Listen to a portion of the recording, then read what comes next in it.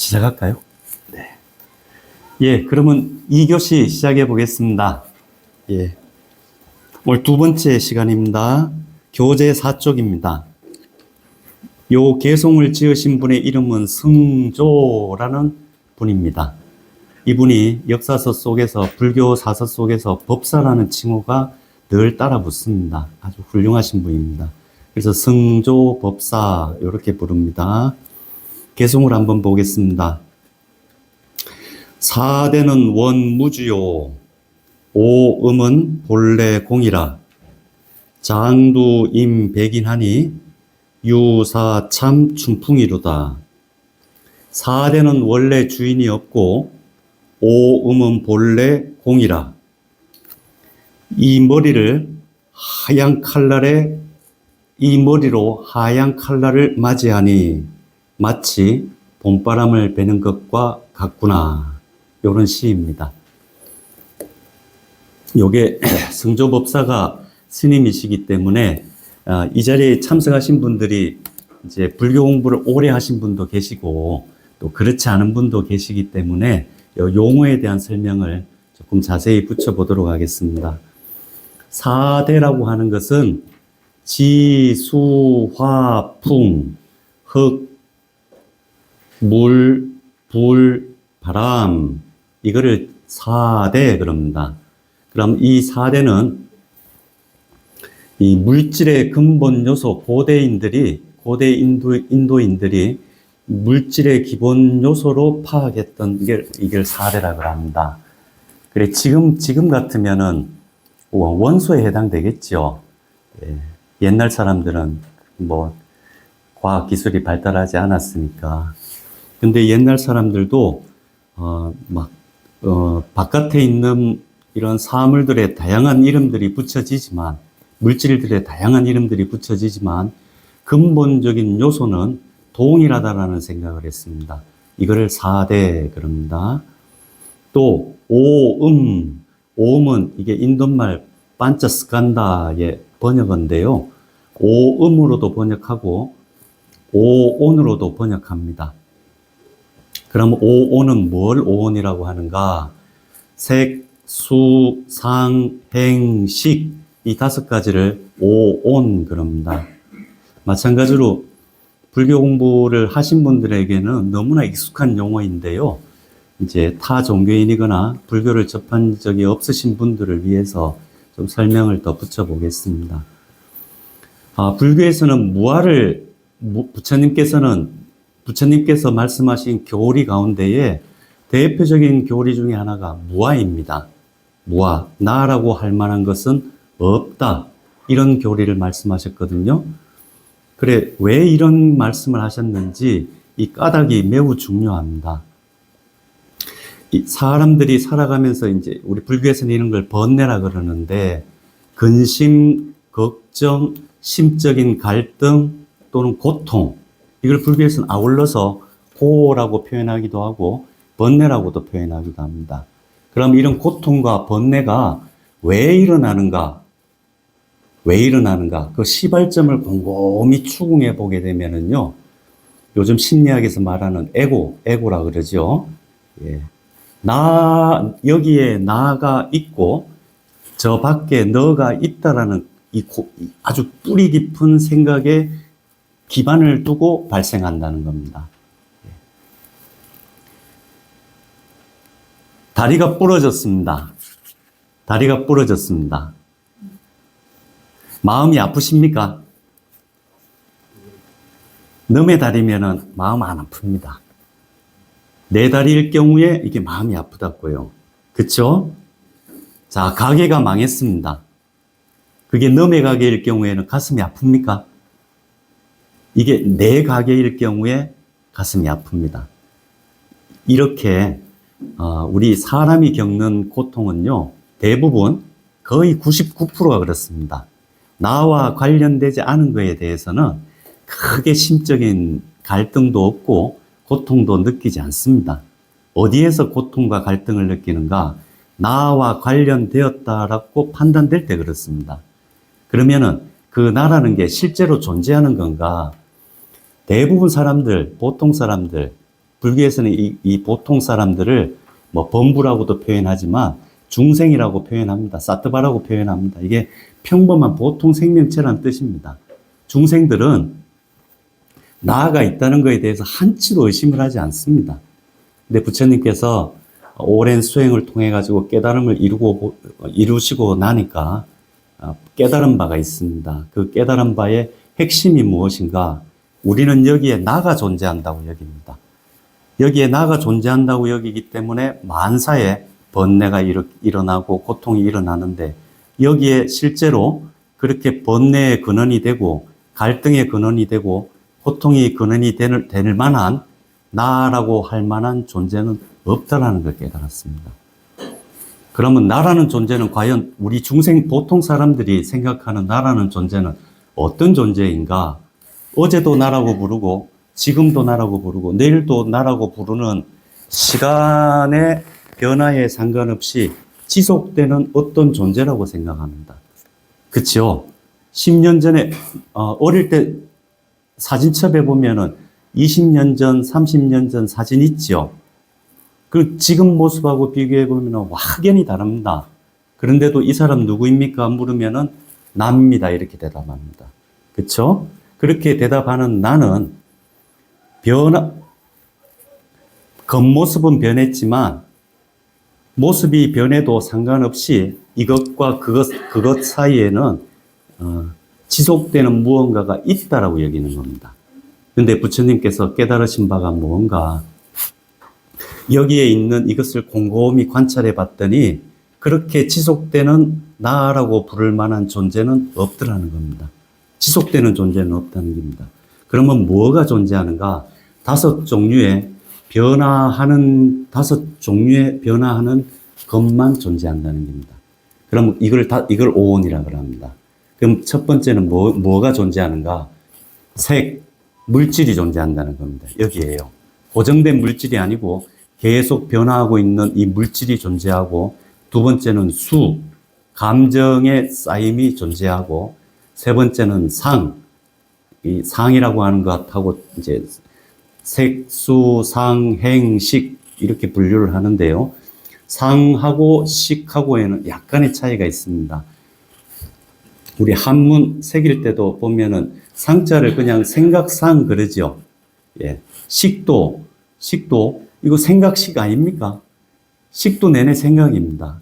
그래, 이게 한자의 의미보다는 이제 이게 번역어이기 때문에 이걸 고려해서 새길 필요가 있습니다. 상이라고 하는 것은 언어의 바탕이 되는 특정한 이미지를 상한 거랍니다. 언어의 바탕이 되는 특정한 이미지. 이걸 상이라 그러고요. 행이라고 하는 것은 뭔가 우리가 특정한 이미지, 단어를 떠올리면은 특정한 이미지들이 연상이 바로 되지요. 그죠? 예를 들면은 사과는 무슨 색입니까?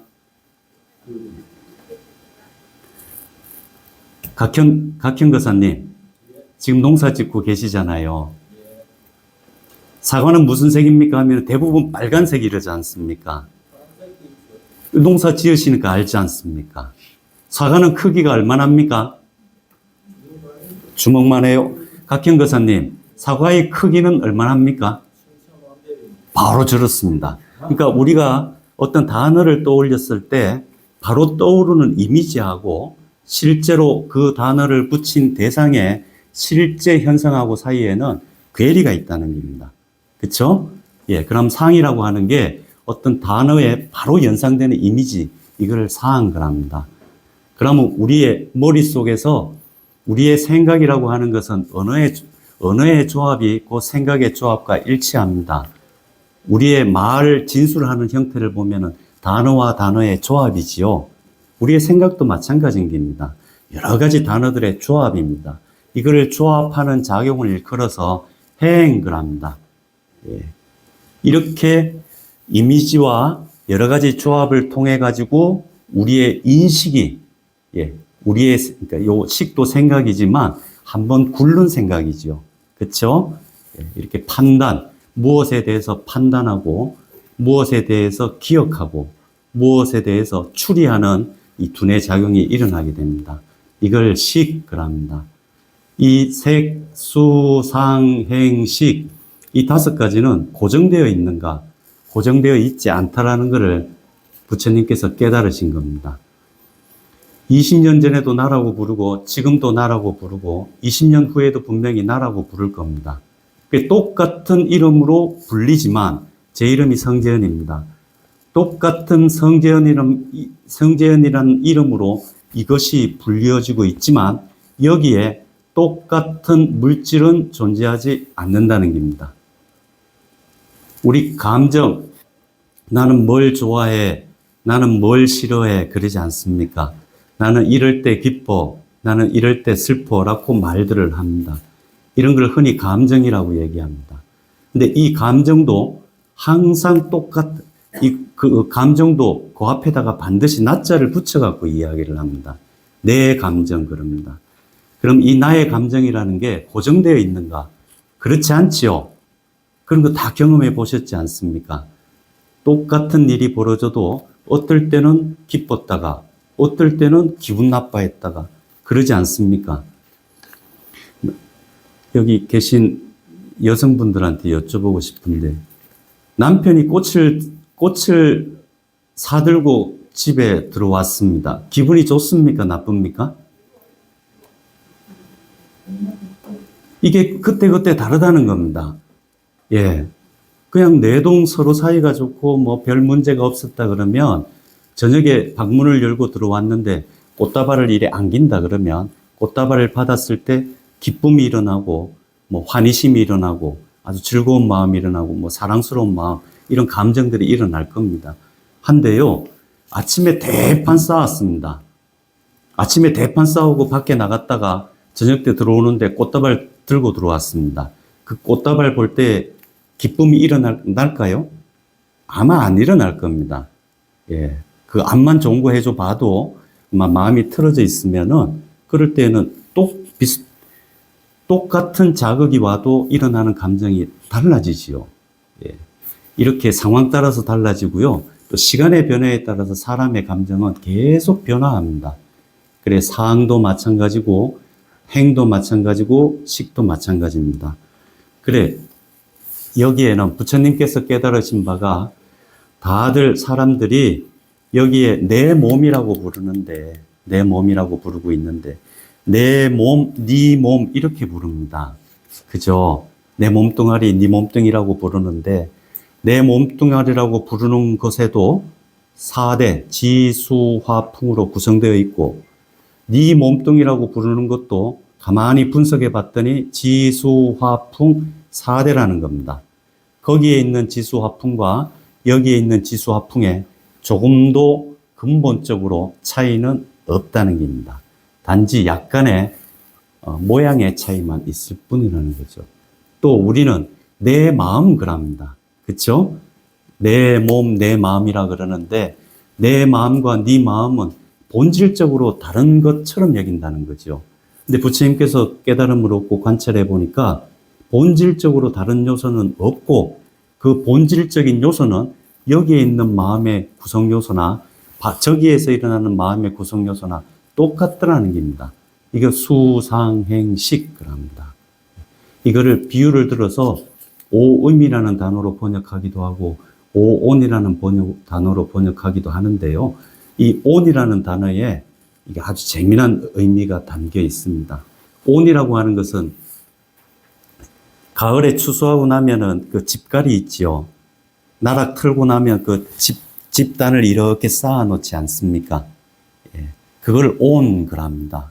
그러면 멀리에서 보면 그 집단을 쌓아 놓은 거를 멀리에서 보면은 멀리에서 보면은 집같이 보이기도 하고 아마 더 높게 쌓았다 그러면 작은 구름처럼 보이기도 하고 그럴 겁니다. 그래서 멀리에서 보면은 그게 집단이라는 그 요소, 본질을 모르고 겉으로 드러난 모양만 파악했을 때에는 마치 다른 무엇이 있는 것처럼 여깁니다. 이걸 온 그럽니다. 쌓아놨다 그런다고요. 이게 더 이제 적절한 비유가 들자 그러면은 그 지프로 허수아비 만들지 않습니까? 그러면 그 허수아비 보면은 남자 허수아비도 있고 여자 허수아비도 있습니다. 좀 큰 허수아비도 있고 작은 허수아비도 있습니다. 그러면 멀리서 잘 모르는 사람이, 허수아비인 줄 모르는 사람이 지나갈 때는 멀리서 손가락질 하면서 뭐라고 얘기하는가? 아, 저기 남자도 있고 저기 여자도 있다. 저 사람은 키가 큰데 저 사람은 왜 키가 작지? 이런 이야기들을 하고 이런 생각들을 한다는 겁니다. 그러니 남자라는 존재, 여자라는 존재, 키가 큰 존재, 키가 작은 존재, 따로따로 무언가가 존재한다고 여긴다는 겁니다. 근데 가까이 가서 살펴보게 되면 그게 똑같은 집으로 만든 허수아비라는 것을 발견하게 되면은 거기에 다른 존재가 있었던 적이 있습니까? 다른 존재가 있었던 적이 본래 없다는 겁니다. 거기에는 남자라는 존재도 없었고 여자라는 존재, 큰 존재, 작은 존재도 없었다는 겁니다. 그거는 우리가 생각으로만 만들어낸 거지요. 부처님이 이걸 말씀하셨습니다. 그래서 불교에서는 그 수행을 하는 과정에서요, 세상 사람들이 다 내 문제 가지고 고민하지 않습니까? 내가 왜 잘나지 못할까? 내가 왜 못날까? 내가 왜 오래 살지 못할까? 내가 왜 아파야 하나? 여러 가지 문제로 왜 나는 남보다 높지 못한가? 왜 나는 남보다 낮게 살아야만 되는가? 이렇게 왜 나는 돈이 많지 않은가? 왜 나는 가난하게 살아야 되는가? 다 나와 관련된 문제입니다.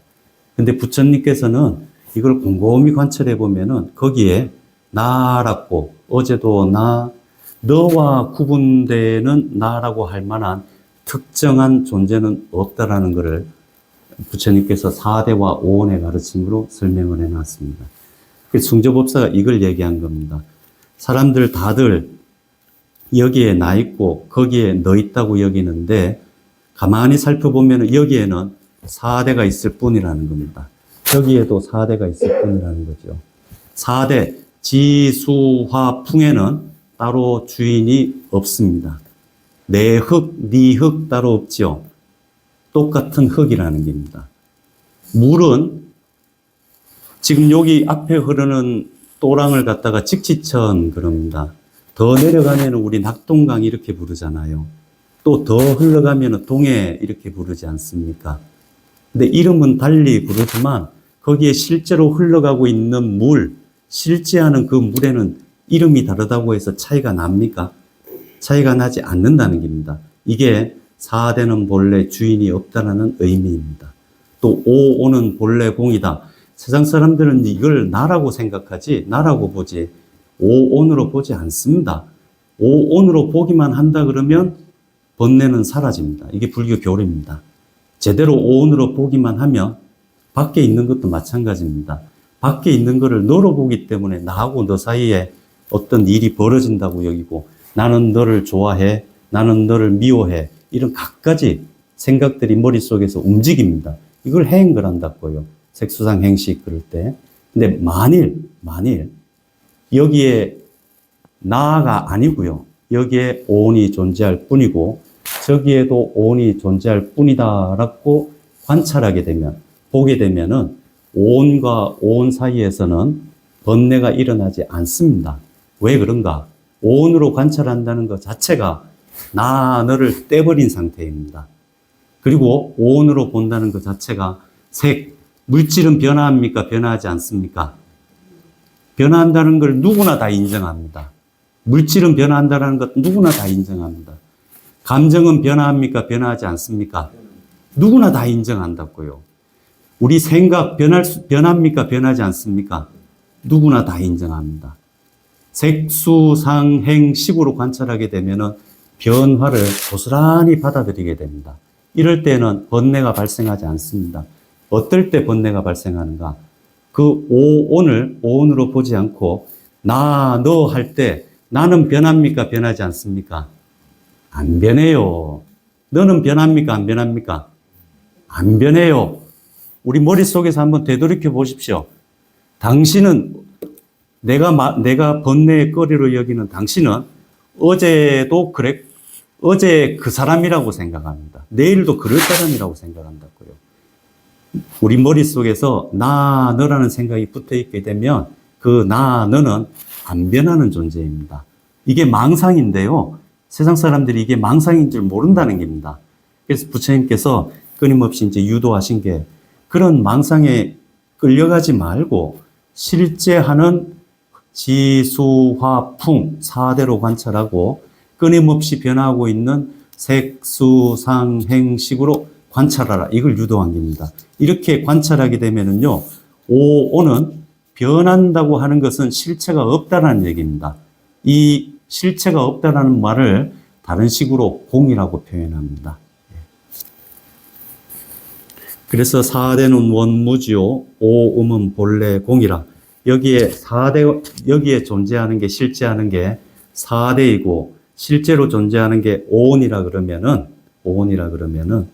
장두 임백인하니, 이 목으로요, 허연 칼날, 날이 바짝 선, 번쩍번쩍하는 칼날을 갖다 댄다는 겁니다.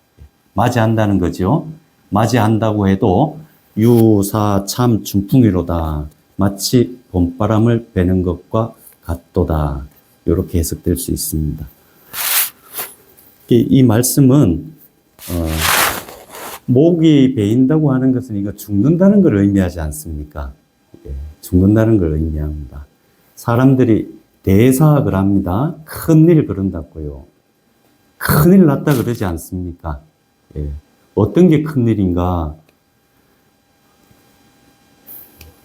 내가 진급 못하는 것도 큰일이고, 내가 벌어놓은 재산, 갑자기 어떤 사건이 벌어져서 잃어버리는 것도 큰일이고, 자녀분들이 시집 안 가려고 그러고 장가 안 가려고 하는 것도 큰일이고, 또 내 몸이 아픈 것도 큰일이고, 큰일 많지요. 근데 일 중에서도요, 다른 것과 무엇과도 비교할 수 없는 가장 큰 일은 무엇인가? 살고 죽는 일입니다. 그죠? 살고 죽는 일입니다. 그래서 불교에서는요, 이걸 생사대사학을 합니다. 사람이 큰일 앞에서 큰일이 닥쳤을 때 마음이 불안하고 마음이 슬퍼지기도 하고 마음이 두렵기도 하고 많은 고통을 경험하게 됩니다. 또 스트레스를 경험하게 된다고요. 큰일을 앞두고요. 그래, 그 큰일 중에서 제일 큰일이 죽음이기 때문에 어느 순간에 가장 큰 고통을 겪고 어느 순간에 가장 큰 스트레스를 받는가? 죽음을 앞뒀을 때 가장 큰 고통을 느끼고 스트레스를 받습니다. 그런데 이 승조법사 같은 경우에는요, 죽음을 앞둔 이 순간에 장두인 백인에 그랬습니다. 죽음을 앞둔 순간에 4대와 오온으로 관찰하게 되면은 두려움으로 다가오지 않고 고통으로 다가오지 않고 스트레스로 다가오지 않는다는 겁니다. 왜 그런가? 거기에 나라고 할 만한 건 없기 때문에 그렇습니다. 나라고 할 만한 건 없기 때문에 그렇습니다. 그래서 마치 이 봄바람을 베는 것과 같다는 거죠. 이런 걸 일컬어서 생사해탈을 합니다. 생사의 고통으로부터 벗어났다. 살고 죽는 일이 닥쳐도 그 일이 나를 묶지 못한다는 겁니다. 대부분 큰 일이 닥치면 그 일이 나를 꽁꽁 묶죠. 그 일에 좌지우지되어서 그 일이 내 뜻대로 전개되면 기쁘고 내 뜻대로 전개되지 않으면 고통을 느낍니다. 이런 걸 묶인다 그럽니다. 결사, 불교에서 쓰는 용어로는 이제 결사, 그래 표현을 합니다. 결박이라 그러고 사라고 하는 것은 끌려다닌다는 겁니다. 그 일이 나를 지배하게 됩니다. 그쵸? 예. 내 뜻대로 나의 기쁨과 나의 고통을 무엇이 결정짓는가? 내 앞에 닥친 그 일이 결정짓게 됩니다. 이런 거를 사학을 합니다. 그런데 4대와 오온으로 관찰하게 되면은 그 일이 나를 묶지 못하게 됩니다. 그 일로 인해서 내가 일희일비 안 하게 된다는 거죠. 그 일 때문에 슬퍼할 일도 없고 내 눈앞에서 벌어지는 그 일 때문에 괴로워할 일도 없게 된다는 겁니다. 이걸 해탈을 합니다. 이걸 해탈이라고 합니다. 그래, 요 승조법사의 개송이 무엇을 의미하는가? 승조법사는 수행을 오래 하신 분입니다. 아주 뛰어난 수행자입니다.